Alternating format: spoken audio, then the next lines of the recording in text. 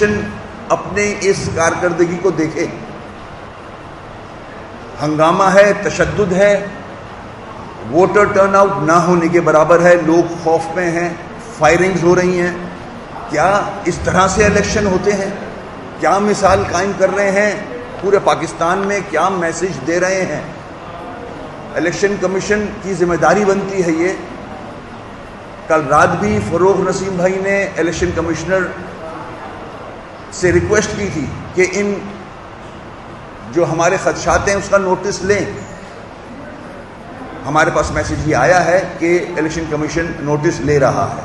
मेरी रिक्वेस्ट होगी election commissioner से, बड़े अच्छे ऑफिसर हैं, जानते हैं हम इन्हें। हम नहीं चाहते कि इलेक्शन कमीशन पे उंगलियां उठें, इल्ज़ामात लगें उनकी कारकर्दगी पे। तो इलेक्शन कमिश्नर साहब का फ़र्ज़ बनता है कि हमें सबसे पहले तो इन तीनों स्टेशंस पे इलेक्शन रोक दिए जाएं, सक्खर, नवाबशाह और मीरपुर खास। इलेक्टोरल लिस्ट को देखा जाए, करेक्ट किया जाए, डिलिमिटेशन को करेक्ट किया जाए, सारी जमातों को बुला के डिलिमिटेशन की जाए, उसके बाद इलेक्शन अनाउंस किए जाएं।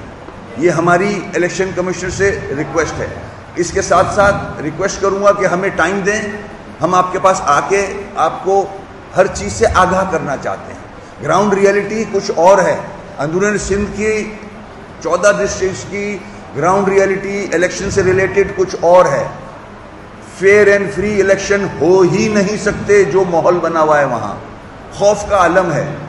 तो हमारी जो स्ट्रगल रही है बल्दियाती निज़ाम को मजबूत करने की, सुप्रीम कोर्ट के ऑर्डर्स को इम्प्लीमेंट कराने के लिए, ताकि बल्दियाती निज़ाम मजबूत हो जाए। अगर हो भी जाता है और इलेक्टोरल प्रोसेस इस तरह से होगा तो फ़ायदा क्या फिर उस निज़ाम को मजबूत कराने का?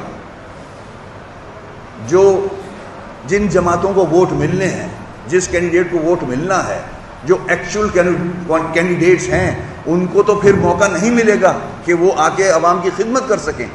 धांधली का बाजार गर्म है इस वक्त 14 डिस्ट्रिक्ट्स में अंदरूनी सिंध के। मैं हुकूमत सिंध से भी कहूँगा, ये आप पे भी सवालिया निशान आ रहा है। पीपल्स पार्टी की गवर्नमेंट है, हम कोलिशन पार्टनर्स हैं उनके। मैं उनसे कहूँगा, आपकी हुकूमत पे, आपकी गवर्नेंस पे एक सवालिया निशान आ रहा है पूरे मुल्क में, पूरी दुनिया में, कि किस तरह से आप इलेक्शन कंडक्ट करा रहे हैं। वो अलग बात है, इलेक्शन कमीशन की जिम्मेदारी है, मगर जिम्मेदारी आपकी भी बनती है। एक बैड नेम इस तरह से इलेक्शन अगर होंगे तो आप पर भी आएगा। इलेक्शन कमीशन से एक बार फिर मैं रिक्वेस्ट करूंगा कि फौरन इन 3 डिस्ट्रिक्ट में इलेक्शन रोके जाएं और जो पार्टीज हैं उनको लेके बैठा जाए। ठीक है, मानता हूं कोर्ट ने ये फैसला दिया है, हम सुप्रीम कोर्ट में गए हुए हैं, let's wait for the order from Supreme Court, क्या कहते हैं वो। मगर इन द मीन टाइम ये तरीका नहीं है इलेक्शन का। पूरा इलेक्शन इंटीरियर सिंध का रोका जाए, रोक सकता है इलेक्शन कमीशन। सिंध गवर्नमेंट इसमें एफर्ट करे। सारी सियासी जमातें उंगलियां उठा रही हैं प्रोसेस पे।